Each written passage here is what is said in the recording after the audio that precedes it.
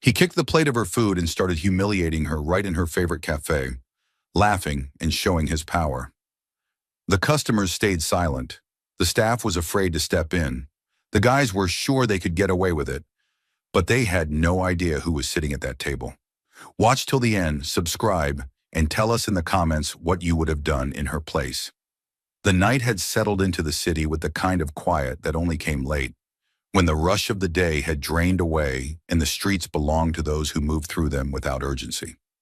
Rhonda left the gym with the slow, measured steps of someone who knew her body well enough to listen to it. Her shoulders carried a familiar heaviness, muscles tight and warm beneath her skin, the lingering burn of repetition and discipline still echoing through her arms and back. It was not exhaustion in the fragile sense, but the deep, earned fatigue that came after work done properly, the kind that demanded rest without complaint. She breathed steadily as she walked, letting the cool air touch her face and settle her pulse. Training had been intense but controlled. Nothing unusual, nothing that lingered in her mind now. What remained was routine. The path from the gym to the small cafe a few blocks away had been walked so many times that she could have followed it with her eyes closed. It was part of the structure she built her life around, a rhythm that allowed her to exist outside the expectations attached to her name. The cafe was not impressive. It did not try to be. That was why she liked it. It was a modest, family-run diner tucked between older storefronts, the kind of place that stayed open late because it served the people who needed somewhere to sit when the rest of the city went dark. Inside, the red leather booths bore the quiet wear of years, the chrome edges dulled just enough to suggest history rather than neglect. The lighting was warm and practical, neither dim nor harsh, and it softened everything it touched. When Rhonda pushed open the door, the familiar sounds greeted her first. The muted clink of dishes being stacked behind the counter, the soft hiss of the coffee machine, the low hum of a refrigerator somewhere in the back. A few patrons were scattered across the room, each absorbed in their own small islands of thought. No one looked up with surprise. Here she was not a spectacle. She was simply someone who came in late, ordered the same meal, and left quietly. She moved toward her usual booth near the wall, slipping out of her jacket and placing it neatly beside her before sitting down. The vinyl seat creaked faintly beneath her weight, a sound she had come to associate with comfort rather than age. Her body relaxed in stages, the tension easing from her spine as she leaned back, allowing herself a moment to simply exist without purpose beyond recovery. The waitress noticed her and gave a small nod of recognition, already turning to prepare the order without needing to ask. This too was part of the ritual. Rhonda watched the room while she waited, her gaze drifting without focus. She noticed details without attaching meaning to them. A man near the counter stirring his coffee too long, a couple at the far booth speaking in low voices, the faint reflection of neon from outside shimmering against the windows. Behind the counter, the owner moved with a careful efficiency that hinted at long days and thin margins. She checked something on her phone, then set it face down with a controlled motion, smoothing the front of her apron as if to erase whatever thought had crossed her mind. Her expression returned to neutral, but not before a trace of tension slipped through, brief and unguarded. Rhonda noticed it without judgment. She had learned, through experience both inside and outside the gym, to recognize strain when it appeared. It was not always loud. Often it hid in small gestures, in the way people held themselves when they believed no one important was watching. The food arrived soon after. A simple plate, a burger prepared the same way it always was, placed in front of her with quiet familiarity. Rhonda nodded in thanks and waited a moment before reaching for it, letting the scent ground her further in the present. This was the reward at the end of the day. Not indulgence, not celebration, just something solid and real. As she took her first bite, the cafe felt settled, almost suspended. Time moved slowly here, stretched thin by the late hour. Outside, the city continued its restless pulse, but inside, the air seemed to hold steady. It was the kind of calm that made people careless, that invited them to believe the night would pass without disturbance. A faint sound broke through the rhythm, barely noticeable at first. The door opened again, this time with less restraint. The hinge creaked louder than usual, the movement abrupt enough to draw a few glances. Rhonda did not look immediately. She continued chewing, her posture unchanged, but something in the shift of the room registered in her awareness. The men entered with an energy that did not belong to the space. They did not pause to take in the menu or scan for empty seats. Their presence filled the doorway before spreading outward, heavy and assertive. One of them stepped inside first, shoulders squared, his gaze already sweeping the room with an ownership that had not been earned. The others followed close behind, their boots striking the floor with deliberate force. Conversation in the cafe thinned. The man at the counter lowered his spoon. The couple at the far booth fell silent. Even the background hum seemed to dim, as though the room itself had recognized an intrusion. Ronda lifted her eyes then, not sharply, not with challenge, but with the calm attentiveness of someone assessing change. She took in their appearance quickly. Dark jackets, worn but intentional, the kind chosen for presence rather than warmth. Faces marked by confidence that came from repetition, from having moved through places like this before, and left an impression behind. They did not head toward the empty booths. Instead, their focus fixed on the counter. The owner looked up as they approached, and this time she could not mask the reaction quickly enough. Her shoulders tightened. She stepped back half a pace, then steadied herself, hands pressing briefly against the surface behind her, as if to anchor herself in place. The man in front leaned forward, placing his weight onto the counter without asking. His posture was casual, but the angle of his body blocked her path, closing off space with practiced ease. One of the others drifted slightly to the side, positioning himself where he could see the entire cafe, his attention flicking from face to face. The third remained just behind them, silent, arms loose at his sides, a presence more than a participant. The waitress hesitated near the kitchen entrance, her eyes darting between the men and the owner. She took a step forward, then stopped, uncertainty freezing her mid-motion. She busied herself instead with a stack of plates that did not need immediate attention, her movements stiff and deliberate. Ronda set her burger down slowly. She did not turn fully toward the counter, but her awareness sharpened, the edges of the evening coming into focus. She recognized the posture, the spacing, the way the men occupied the room without needing to speak loudly. This was not random. It was intention. The owner said nothing, but her silence carried weight. Whatever history existed between them did not need to be explained to the room. It was written in the way her jaw tightened, in the careful control she exerted over her breathing. Around them, the cafe held its breath. No one intervened, no one stood. The night pressed in against the windows, dark and indifferent. Ronda remained seated, her hands resting lightly on the table, her body still. She was not involved, not yet. This was not her space to claim. She observed, storing details without emotion, aware only that the calm she had come for was beginning to fracture. The men leaned closer to the counter, their presence casting a shadow that stretched across the worn surface.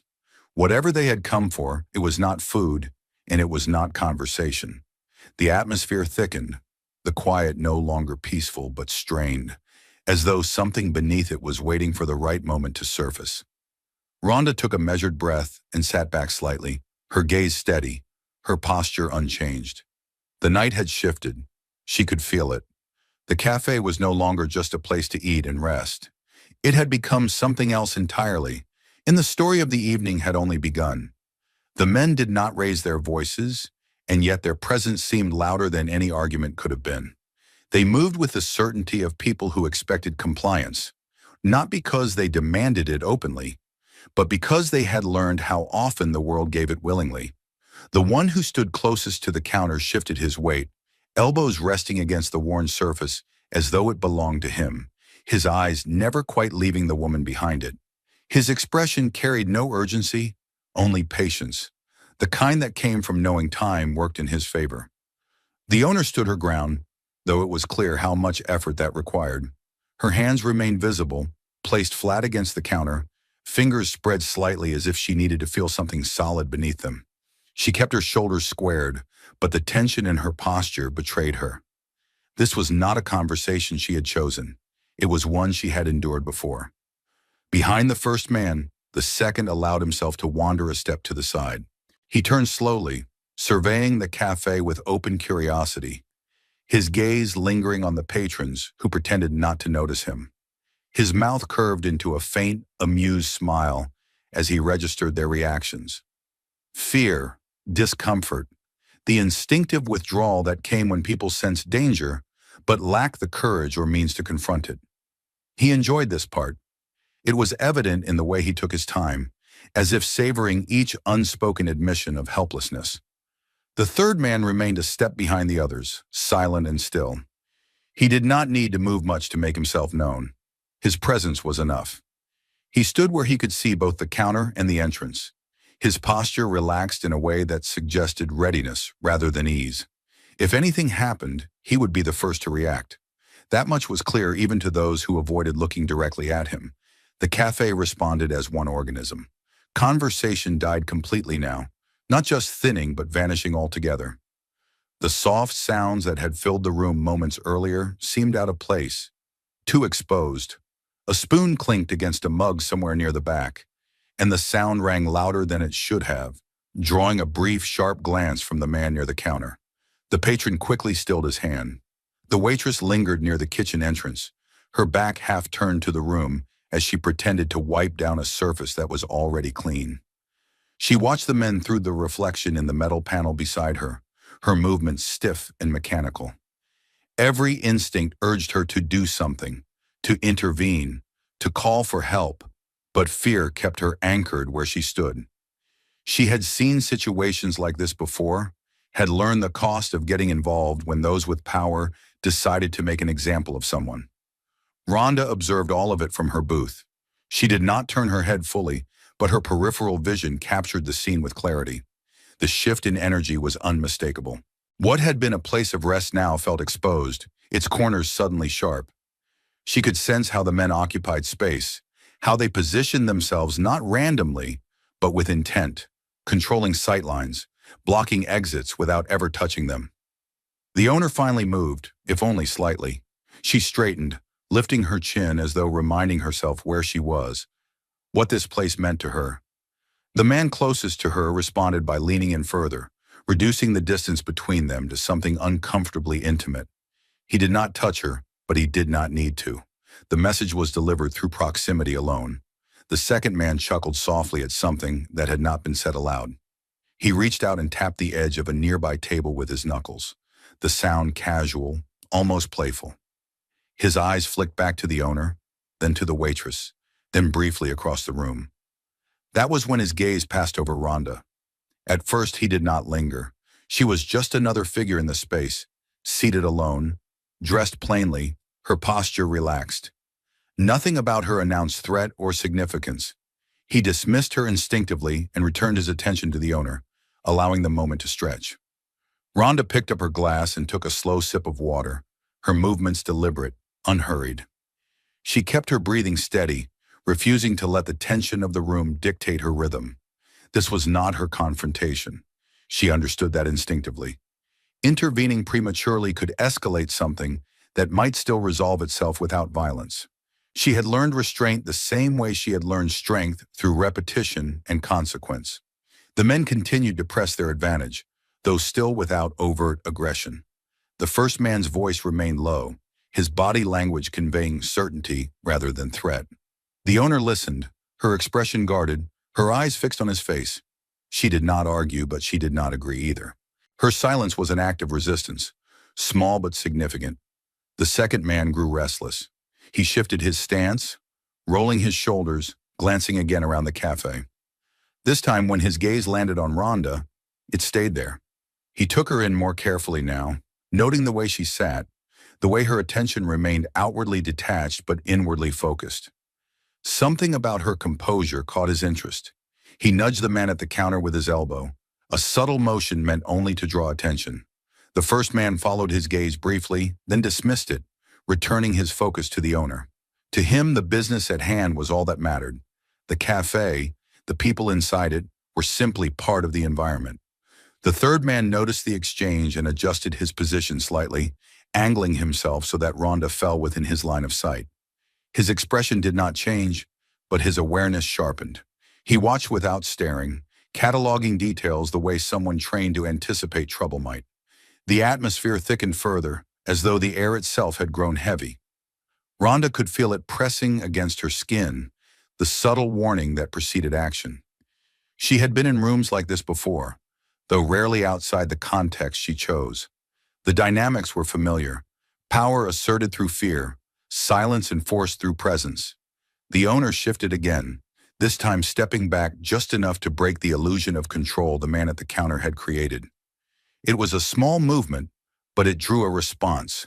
His jaw tightened, the first visible crack in his calm.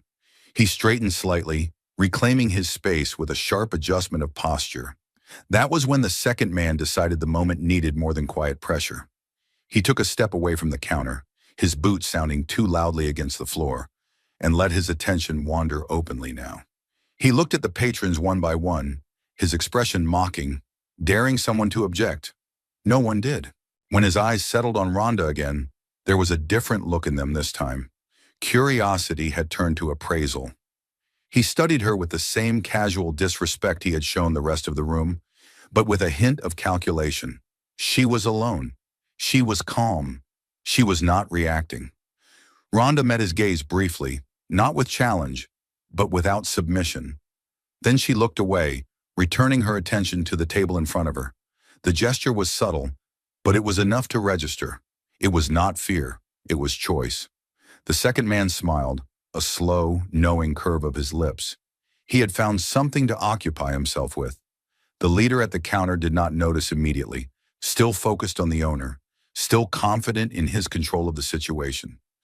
The third man watched the shift unfold, his silence deepening.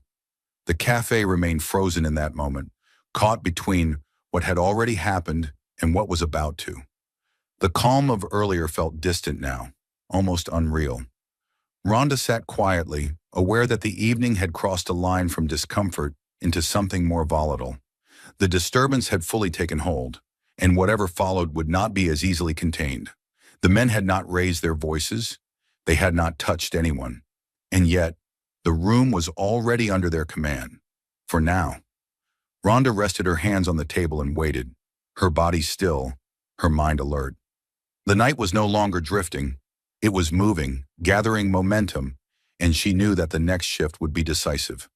The silence that settled over the cafe after the men's arrival did not feel empty. It felt deliberate, constructed out of caution and instinct, shaped by the unspoken agreement of everyone present to avoid drawing attention to themselves. The room had become a place where movement was measured and sound was restrained, where even the smallest gesture seemed to carry weight. The owner remained behind the counter, facing the man who had claimed the space in front of her. Whatever words passed between them were spoken low enough that the rest of the room could not make them out. But the meaning did not need translation. It was evident in the way her shoulders stiffened, in the way her eyes narrowed with a mixture of defiance and exhaustion. This was not a misunderstanding. This was a continuation. The man leaned closer again, his forearms pressing into the counter, his posture relaxed but invasive. He had done this before. The rhythm of it was familiar to him, as was the effect it produced. He spoke without urgency, knowing that patience often frightened people more than raised voices. The lack of immediate threat allowed fear to stretch and deepen, to work its way under the skin. Behind him, the second man shifted his weight from one foot to the other, restless now that the room had quieted completely. He scanned the cafe again, more openly this time, his eyes flicking across faces that quickly turned away. He seemed to enjoy the way people avoided him, the way their discomfort fed into his confidence. His smile appeared and disappeared, quick and sharp, as if he were suppressing laughter. The third man stayed where he was, close enough to support the others, far enough back to observe everything. He said nothing, but his attention never drifted. He watched the owner, the waitress, the patrons, and finally Ronda, his gaze lingering just long enough to acknowledge her presence before moving on. He understood dynamics. He knew that silence could be just as effective as noise. The owner finally moved her hands, lifting them from the counter and clasping them together in front of her. It was a small change, but it revealed something important. She was preparing herself, bracing for the next stage of the encounter. The man in front of her noticed it immediately. His expression hardened, his patience thinning. He straightened, just enough to create a sense of escalation. The second man took that as a cue. He stepped forward, closer to the counter now, adding his presence to the pressure already being applied. The space behind the owner felt smaller, more confined. The cafe, once open and familiar, now seemed to close in on itself. The waitress hovered at the edge of the room, her hands trembling as she pretended to adjust items on a shelf. She kept her eyes down, but her awareness was sharp, stretched thin by fear. She had seen men like this before. She knew how quickly situations could turn, how suddenly words could give way to force. The thought of calling for help crossed her mind and vanished just as quickly. Fear of consequences outweighed hope for rescue. At the tables, the patrons remained seated, their bodies rigid. One man near the back shifted in his seat, glancing toward the door as if calculating the distance. Another leaned closer to his companion, murmuring something that went unheard, his voice swallowed by the tension in the air. No one stood. No one spoke up. The collective instinct was to endure, to wait it out, to survive by remaining unnoticed. Ronda felt the pressure as well, though it settled differently on her. She recognized the pattern unfolding, the slow tightening of control. The men were testing the room, pushing boundaries to see how much resistance they would meet. So far, the answer had been none. That knowledge emboldened them. The man at the counter spoke again, his tone unchanged but his posture more assertive. The owner listened, her expression set, her jaw clenched. She did not interrupt. She did not agree. Her refusal was quiet, but it was there. It lived in her refusal to step back, in the way she met his gaze without apology. The second man laughed softly, the sound cutting through the silence like a blade. He stepped away from the counter again, turning his attention back to the room. His eyes moved slowly, deliberately, taking in every face. He wanted to be seen. He wanted the room to know that he was in control of it. His gaze found Ronda once more. This time, he did not look away. He studied her openly, his head tilting slightly as if assessing a piece of equipment. He noted her posture, the relaxed way she sat, the absence of visible fear. Something about her calm unsettled him. It did not fit the narrative he was constructing for the evening. Ronda felt his attention without reacting outwardly. She kept her movements minimal, her expression neutral. Inside, she remained alert, her senses tuned to shifts in body language and space. She had learned long ago that control often came from waiting, from allowing others to reveal their intentions fully before acting. The second man nudged the third with a subtle motion of his shoulder, drawing his attention. He inclined his head toward Ronda, a silent suggestion passing between them. The third man followed his gaze, his eyes narrowing slightly as he took her in more carefully. He did not smile. He did not frown. He simply observed, filing the information away. The leader at the counter remained focused on the owner, unaware or uninterested in the exchange behind him. His attention was fixed on the matter that had brought them there: the debt, the control, the demonstration of power. To him, the cafe was a stage, and the owner was the primary audience. The pressure increased incrementally. The second man took another step, closer to the center of the room now, his presence radiating outward. He tapped his fingers against a tabletop as he passed, the sound sharp in the quiet. The patron seated there flinched, then froze, his eyes fixed on the surface in front of him. Fear had become the dominant force in the room. It shaped behavior, dictated posture, silenced voices. The men fed on it, drawing confidence from the way it spread. They had learned through repetition that fear was contagious, that once it took hold, it required little effort to maintain. The owner shifted again, her hands tightening together. She spoke briefly, her voice low, controlled. Whatever she said did not satisfy the man in front of her. His mouth tightened, his eyes hardening. He straightened fully now, abandoning the pretense of casualness. The room seemed to lean toward him, anticipating what would come next. The second man noticed the change immediately. His attention sharpened, his movements becoming more deliberate. He stopped near Ronda's table, not close enough to touch, but close enough to make his presence impossible to ignore. He did not look at her right away. Instead, he let the moment stretch, allowing the tension to build. Ronda kept her gaze forward, her hands resting lightly on the table. She was aware of the shift, of the way the room's focus was beginning to pivot. She understood what the men were doing. When pressure on one target reached its limit, they looked for another. Someone easier, someone more expendable, someone whose humiliation would reinforce their control over everyone else. The second man turned toward her at last, his expression openly amused now.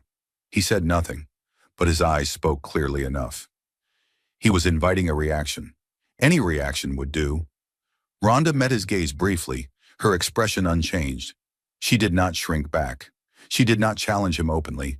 She simply acknowledged his presence and then returned her attention to her table. The choice was deliberate.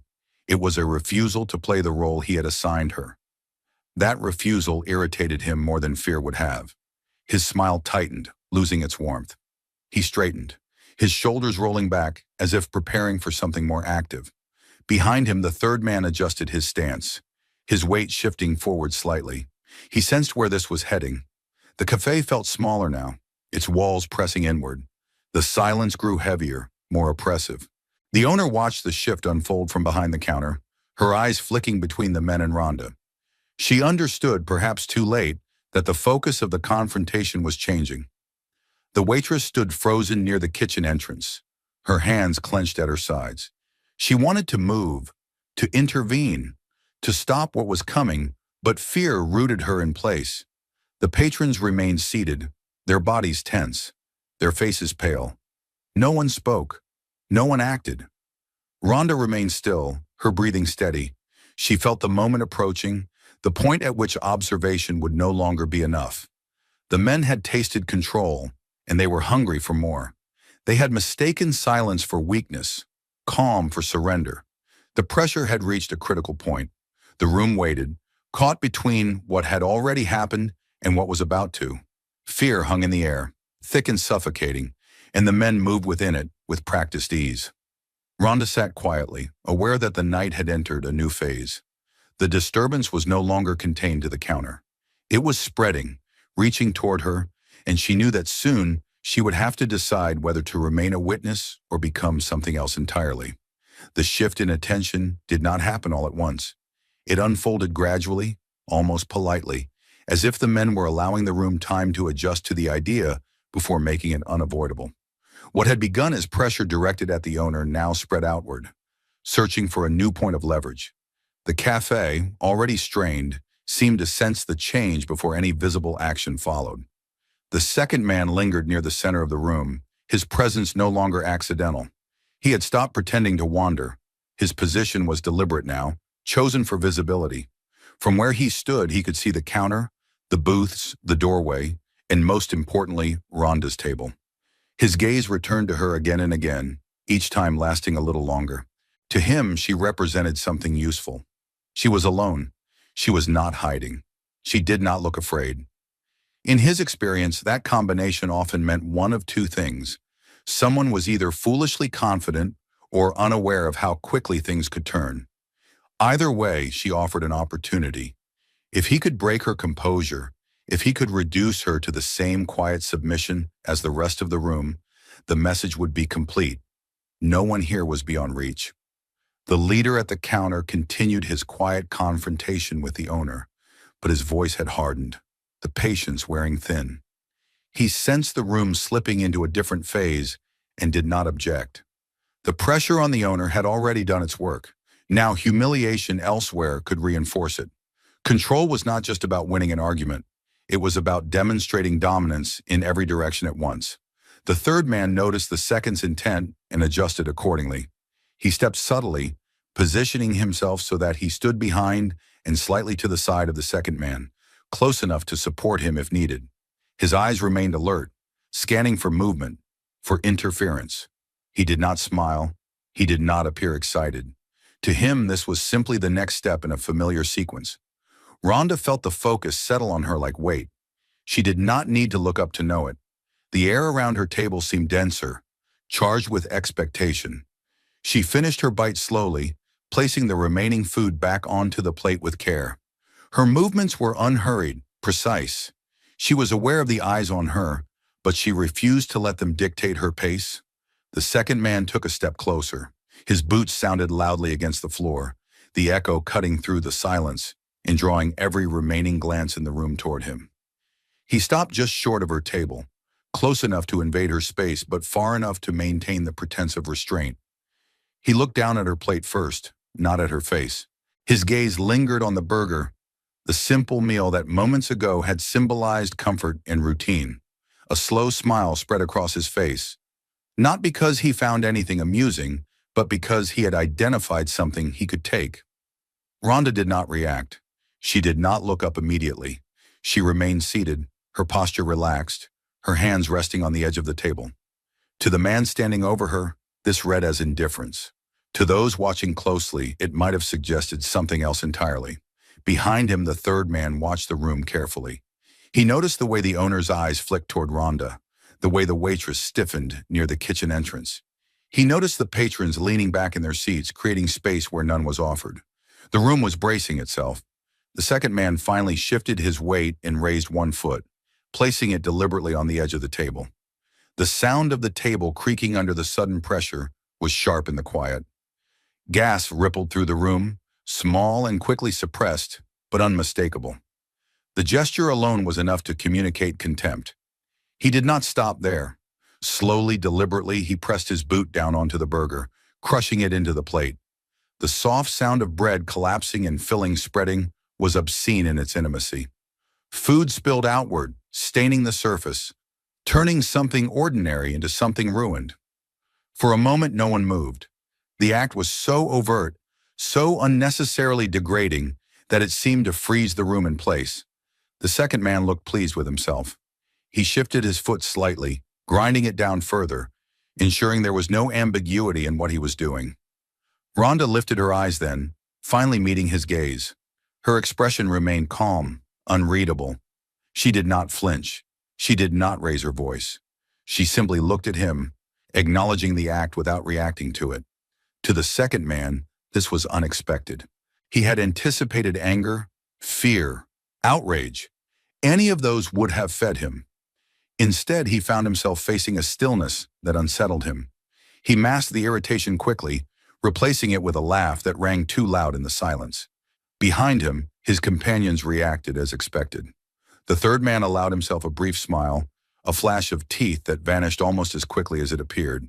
The leader at the counter glanced over his shoulder at the sound, registering what was happening with a look of mild approval. The message was being delivered.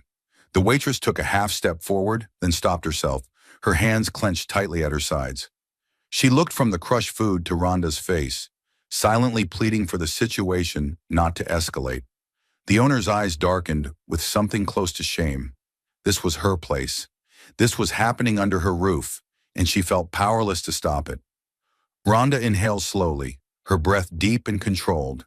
She became acutely aware of the room's layout, the distance between tables, the positions of the men. She did not act yet, not because she was uncertain, but because she was calculating. She understood that once she moved, there would be no returning to passivity. The second man mistook her pause for surrender. His smile widened, his confidence growing. He leaned forward slightly, his knee bending as he applied more weight to the table. His posture was careless now, unguarded. He had decided that she was finished. Behind him, his two companions stepped closer, closing the space further. They stood behind him like an audience, laughing quietly, encouraging the performance.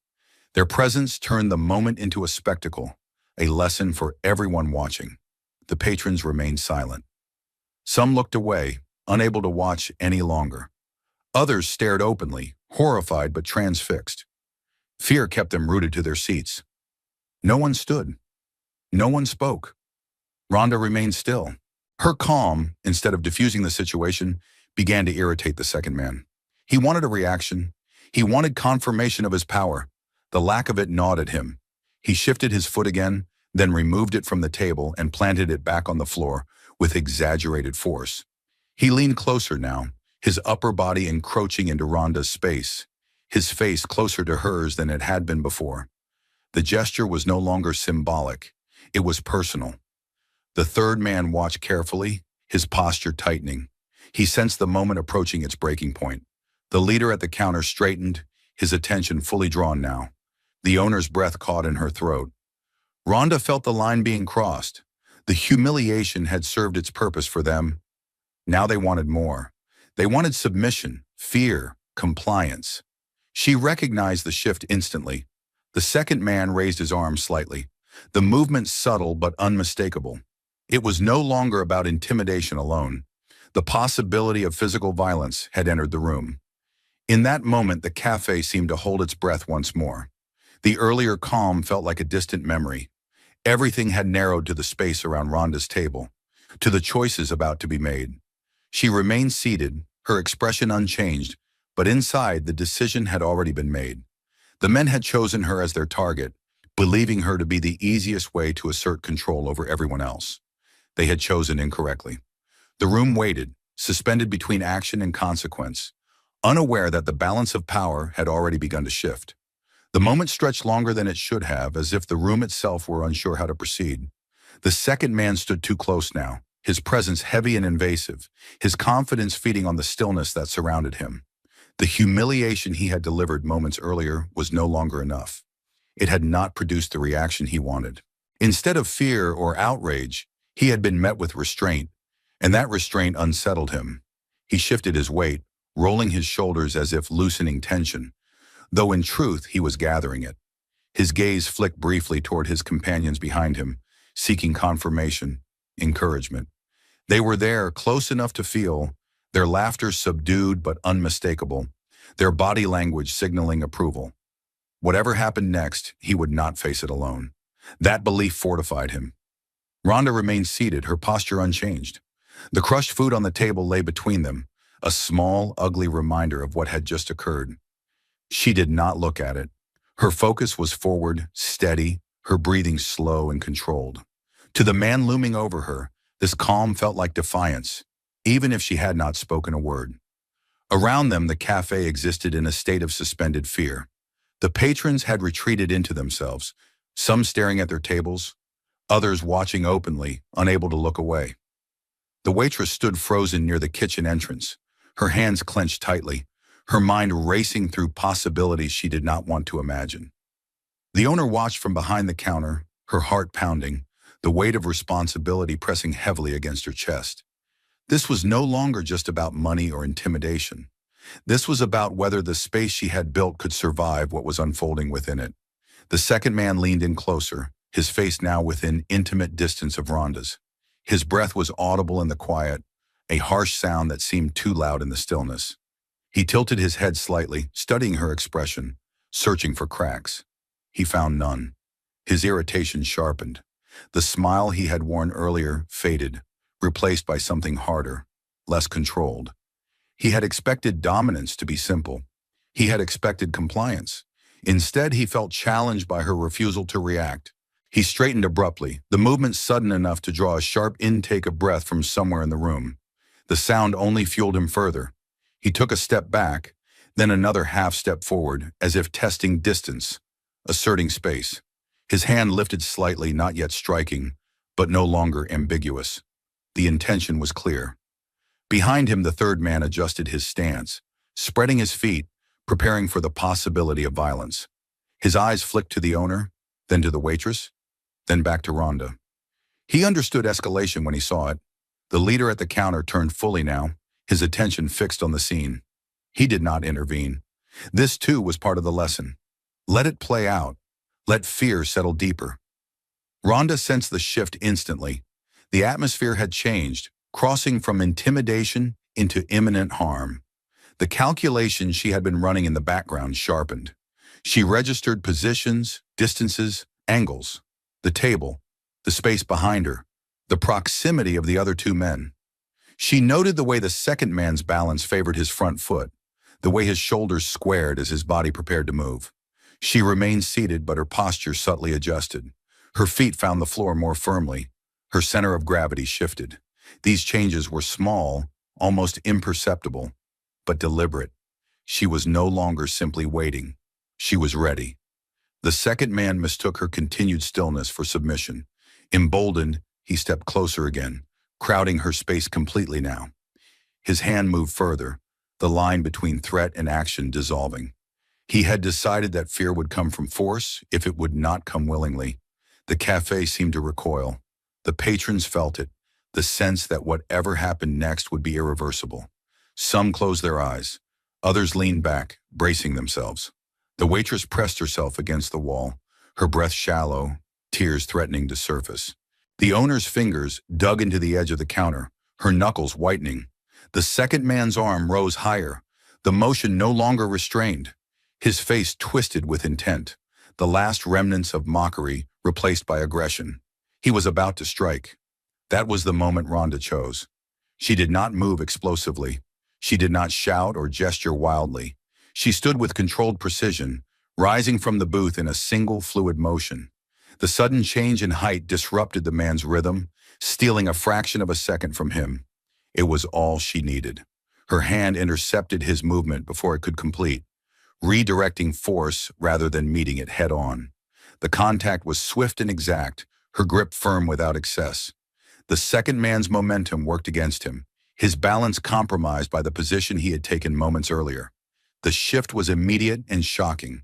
The man who had believed himself in control found that control slipping away, his body responding not to his own intent, but to forces he had not anticipated. His confidence evaporated in the space of a heartbeat, replaced by confusion and sudden fear. The third man reacted instinctively, stepping forward to assist, but his timing was off.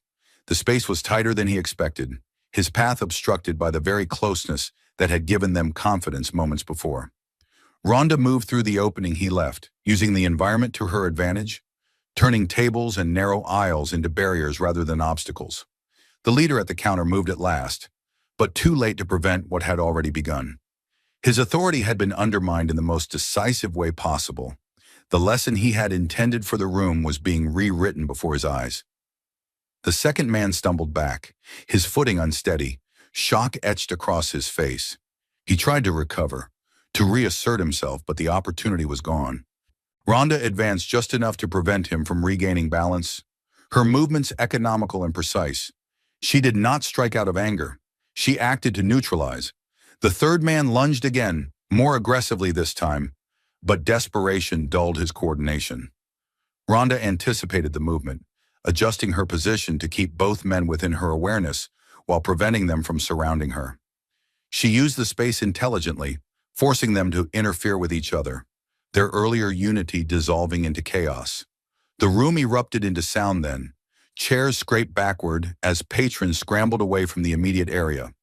A glass shattered somewhere, the sharp crack echoing through the cafe. The waitress cried out, then covered her mouth, horror and disbelief mingling on her face. The owner stood frozen, unable to look away. The second man attempted to recover once more, driven by wounded pride as much as pain. He moved clumsily, his earlier confidence gone. Ronda intercepted him again, ending the attempt with controlled finality. He fell back against the table, the impact knocking the air from his lungs, leaving him stunned and unable to rise immediately. The third man faltered, hesitating now, his certainty replaced by calculation. He had expected dominance. He had not expected resistance of this kind. The leader hesitated as well, reassessing the situation rapidly. The balance of power had shifted, and it had done so faster than he could manage. Ronda remained upright, her stance grounded, her breathing steady despite the sudden exertion. She did not pursue beyond what was necessary. She did not revel in the moment. Her objective was clear and limited. Stop the threat, restore safety. The cafe held its breath once more, but this time the silence was different. It was not fear that filled it, but shock. The patrons stared openly now, their expressions a mixture of disbelief and dawning understanding. The waitress lowered her hands, her eyes wide, her body trembling as adrenaline coursed through her. The owner felt something loosen inside her chest, a tightness she had carried for longer than she cared to remember. Relief flooded in, accompanied by disbelief. The space behind the counter no longer felt like a trap. The men moments ago so certain of their control found themselves scattered and disoriented. The second man struggled to sit up, his movements slow and pained. The third stepped back instinctively, uncertainty etched into his posture. The leader stood still, weighing his options. His authority cracked. Ronda did not advance further. She held her ground, her presence alone now enough to prevent immediate retaliation. The line had been crossed and she had responded. There was no going back. The cafe began to breathe again, cautiously, as though testing the air after a storm. The fear that had dominated the room moments earlier had not vanished entirely, but it had been interrupted, broken by decisive action. The night had reached its turning point. The men had pushed too far, and the consequences were unfolding in real time. What had begun as intimidation had escalated into violence, and now the outcome was no longer theirs to control. Ronda stood amid the aftermath, composed and alert, aware that while the immediate threat had been addressed, the night was not yet finished. The room was changing once more, shifting toward resolution, toward reckoning. The line had been crossed, and everything that followed would be shaped by that fact. For a brief instant after the struggle, no one in the cafe seemed certain what to do next. The air vibrated with the residue of sudden movement, of force applied and released. Chairs stood crooked where they had been pushed back. A table sat half-turned from its original place, and fragments of a shattered glass lay scattered across the floor, catching the light. The room no longer felt frozen, but it had not yet returned to motion. It hovered somewhere in between, suspended in disbelief. Ronda stood at the center of that pause, upright and still. Her body had already settled back into control, muscles engaged but not tense, her breathing deep and even. The surge of action had ended as quickly as it had begun, leaving behind clarity instead of chaos. She did not pursue the men further, did not advance for the sake of dominance.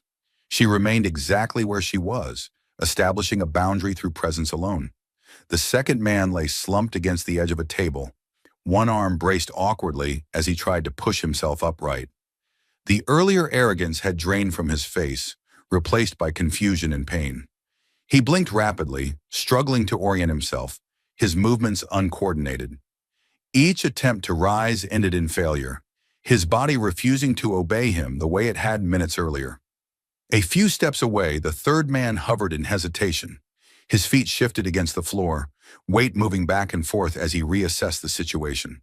The confidence that had defined his posture at the beginning of the night was gone. Now his stance revealed uncertainty, calculation. He had expected a spectacle of fear, not competence. Not this. The leader stood near the counter, unmoving. His eyes remained fixed on Ronda, studying her with a new understanding that came too late. He recognized control when he saw it, and he recognized when it had been lost. The lesson he had intended to deliver to the cafe had been reversed, and the reversal was absolute. He had underestimated the quiet figure at the booth, and that misjudgment now defined the room. The owner remained behind the counter, her hands resting flat against its surface, as if grounding herself in reality. Her chest rose and fell rapidly, the delayed reaction to the fear she had been holding at bay.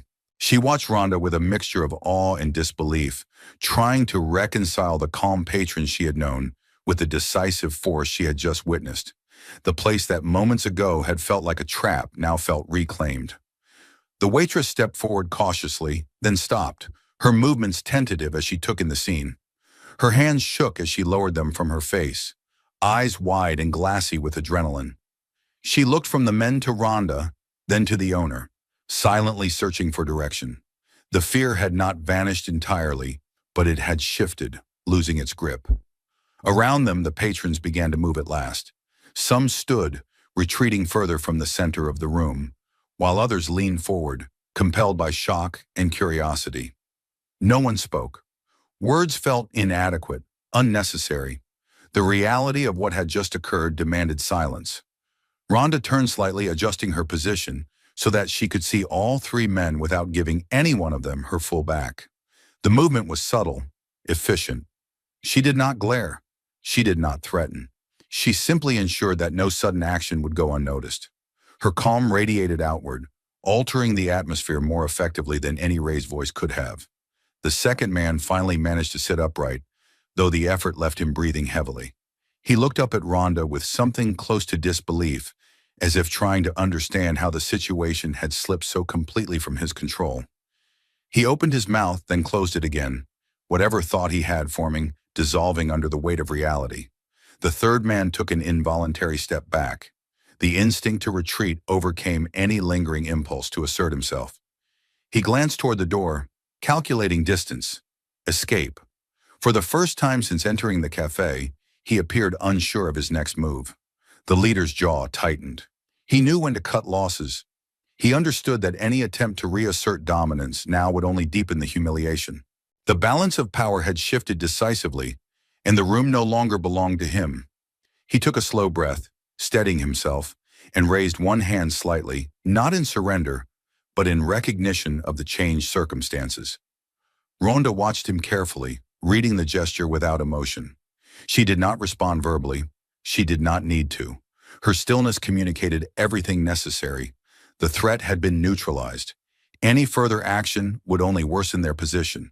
The cafe itself seemed to exhale. The oppressive tension that had weighed on it earlier loosened, replaced by a fragile sense of relief. People moved more freely now, though still cautiously, as if unsure whether the danger had truly passed. The air felt lighter, the space wider. The owner finally stepped out from behind the counter, her movements slow but determined. She did not approach the men. Instead, she positioned herself closer to Ronda, not touching her, but clearly aligning herself with the calm authority she represented. It was a quiet but powerful gesture, signaling where the center of control now lay. The waitress followed suit, moving closer as well, her fear giving way to something steadier. She glanced at the crushed food on the table, then at Ronda, her expression a mix of apology and gratitude. Ronda acknowledged her with a small nod, a simple recognition that did not invite conversation, but offered reassurance. The leader shifted his stance again, this time turning slightly toward his companions. The unspoken command was clear. This was over. Whatever purpose they had come for had been eclipsed by events they could no longer control. Staying would only invite further consequences. The second man struggled to his feet with help from the third, his movements stiff and awkward. He avoided Ronda's gaze now, his earlier bravado nowhere to be found. Each step he took was careful, measured, as if he feared provoking another response simply by existing in the space. The third man kept his eyes down, his posture closed. He no longer projected strength, he projected caution. The leader waited until the others were steady enough to move, then began guiding them toward the door, his expression tight but composed. Ronda did not follow. She did not need to. She remained where she was, her presence alone enough to ensure their retreat continued uninterrupted. She watched them until they reached the door, until the handle turned and the night swallowed them back into the street beyond. When the door closed behind them, the sound was definitive. It echoed briefly, then faded, leaving behind a silence of a different kind. This silence was not oppressive. It was reflective, filled with the collective processing of what had just transpired. For a moment, no one spoke. Then someone let out a shaky breath. Another person shifted their chair back into place. Life began to seep back into the room, cautious but undeniable. Ronda finally relaxed her stance, allowing the tension to drain from her shoulders. She remained alert, but the immediacy of the threat was gone. She turned her attention inward briefly, assessing herself, confirming what she already knew. She was uninjured, in control, present.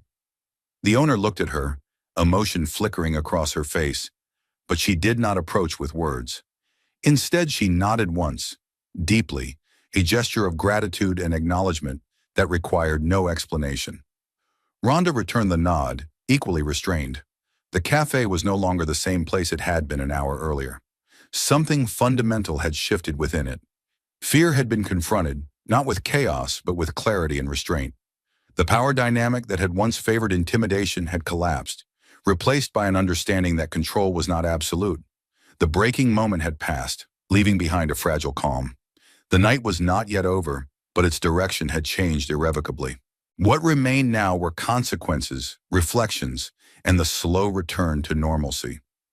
Ronda moved back toward her booth, the remains of her meal still sitting on the table, forgotten and ruined. She did not sit immediately.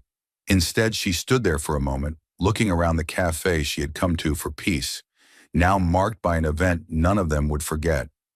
The storm had broken, and the space it had consumed was beginning, carefully, to heal. The cafe did not return to normal all at once.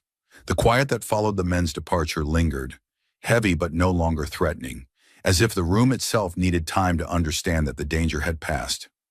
People remained where they were for a moment longer, testing the air with cautious breaths, listening for sounds that did not come.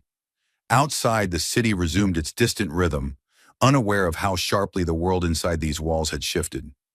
Rhonda stood beside her table, the remains of her ruined meal untouched. She did not feel anger or triumph, only a steady clarity. The adrenaline that had carried her through the confrontation receded slowly, leaving behind the familiar awareness of her body and its limits. She adjusted her stance, rolled her shoulders once, and let the tension drain away. What needed to be done had been done. There was no reason to linger in the moment any longer than necessary. Across the room, the patrons began to move more freely. Chairs scraped softly against the floor as people stood or returned to their seats. Someone picked up a fallen napkin. Another reached down to help clear a shard of glass away from a walkway. These small acts, ordinary and practical, felt significant. They marked the transition from shock to acceptance, from fear to function. The waitress took a tentative step forward, then another, her movements no longer frozen by panic. She glanced at Rhonda, then at the owner, seeking confirmation that it was safe to proceed. When neither of them stopped her, she moved with more confidence, gathering a cloth and beginning to wipe the table where the glass had shattered. Her hands still trembled slightly, but her breathing steadied as she focused on the task. Work, even simple work, gave her something solid to hold on to. The owner emerged fully from behind the counter at last. She paused, taking in the state of the room, the displaced furniture, the faces of her customers. The weight she had carried into the evening had not vanished, but it had changed. For the first time in a long while, she did not feel alone in bearing it. She approached Rhonda slowly, not out of fear or awe, but with a quiet respect. She stopped a short distance away, careful not to intrude. Her expression was composed, though her eyes still shone with emotion. She nodded once, deeply, a gesture that carried more meaning than words ever could. It was gratitude, relief, and recognition all at once. Rhonda returned the nod, just as restrained. She did not need thanks. She had acted because the line had been crossed, not because she sought acknowledgement. The patrons watched the exchange, some openly, others from the corners of their vision. A few murmured among themselves, voices low and uncertain, as if speaking too loudly might disturb the fragile calm that had settled over the room. One man, older than the rest, met Rhonda's eyes briefly and inclined his head in a subtle gesture of respect. She acknowledged him in kind, then looked away, unwilling to become the center of attention. Gradually, the cafe began to reclaim its identity. The background hum returned in fragments, the soft clatter of dishes, the hiss of the coffee machine, the muted buzz of conversation restarting in hesitant bursts. Life resumed not with celebration, but with quiet determination. The place had been tested and had endured. The owner turned her attention to the practical realities that remained. She surveyed the damage, minimal but undeniable, and began making mental notes. Repairs could be made. Glass could be replaced. What mattered more was the understanding that had taken root among those present. The men who had come to assert control had left without it. That fact would not be forgotten easily. Rhonda moved back to her booth and finally sat down, though she did not resume eating. The burger lay crushed and unappealing, a reminder of how quickly comfort could be taken away. She pushed the plate aside gently, her appetite gone. Instead, she reached for her glass and took a slow drink of water, grounding herself in the present once more. She was aware of the looks that followed her. The curiosity and admiration mingled with something deeper. People were reassessing what they thought they knew about strength. They had seen intimidation crumble not under rage, but under composure and decisiveness. The lesson was subtle, but it resonated. The waitress returned with a fresh cloth and paused near Rhonda's table, uncertain. She gestured toward the ruined plate, offering to replace it, her expression apologetic. Rhonda shook her head slightly, a small, reassuring motion. The food did not matter. The waitress seemed relieved by the simplicity of the response and moved on, her steps lighter than before. As the minutes passed, the memory of the confrontation settled into the room like sediment, becoming part of its history rather than an active threat. Conversations resumed more fully now, though the tone remained subdued. People spoke about ordinary things, clinging to normalcy as a way of reclaiming control over their evening.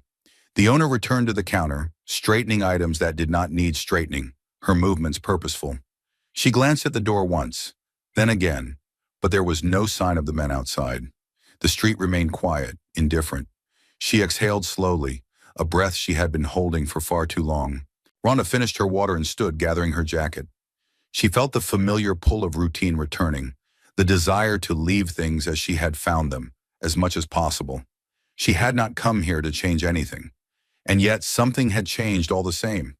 Before she reached the door, the owner caught her attention once more. This time she did not step forward. She simply met Ronda's gaze and held it for a moment longer, conveying something unspoken but clear. The fear that had defined her nights was no longer absolute. The cafe was still hers. Ronda nodded once more, then turned toward the exit. The bell above the door chimed softly as she opened it, the sound familiar and grounding. Cool air brushed against her face as she stepped outside, the night unchanged in its quiet indifference. She paused briefly on the sidewalk, listening, feeling the city around her settle. Behind her, the door closed, and the cafe continued on without her. Inside, people would talk about the night for a while, replaying it in fragments, shaping it into stories that would grow and soften with time. What would remain beneath the retelling was the understanding that fear did not have to be the final word. Ronda walked away at an unhurried pace, her body tired but steady, her mind clear. She did not carry the night with her as a burden. It was simply something that had happened, something that had required action. Tomorrow would come, and with it, training, routine, and the quiet discipline she trusted. The cafe stood behind her, lights glowing warmly against the darkness. A small island of resilience in a restless city. Inside its walls, fear had given way to respect, and silence had been broken by resolve. The aftermath was not loud or triumphant. It was quiet, enduring, and real. And that was enough. If this story moved you, don't forget to subscribe to the channel, watch our next videos for more powerful stories, and share this video with someone who needs to see it. Thank you for watching.